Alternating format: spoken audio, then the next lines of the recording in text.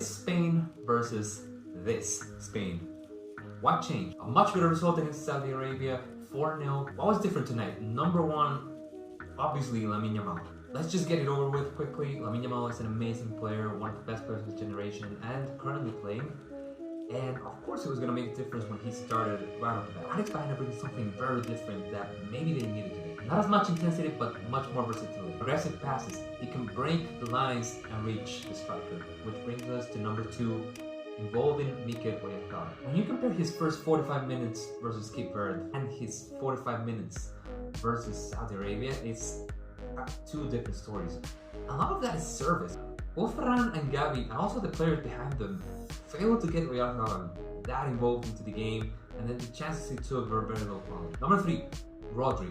He was, in my opinion, so much better, and he was essential to stopping the Saudi Arabian team, to building something on attack.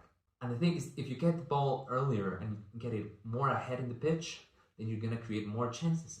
As we're saying, sure, there's a conversation about quality, but volume still matters. Number 4, this might be controversial, but the attitude. I think Spain felt like they could just be a little looser on the first game, and now it's more tight. They needed to get the result, especially since we also expect Uruguay to get something out of Cape Verde. They needed to score, and they did it, and they did it early. They had more than twice as many shots before the hydration break.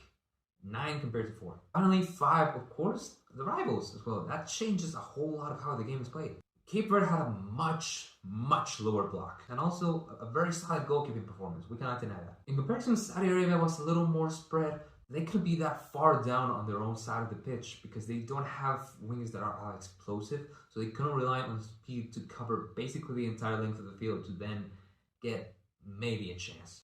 There was a bigger gap between midfield and defense, and that's the kind of space where Lamine Yamal and other players really make their magic. Toughest game left, Uruguay.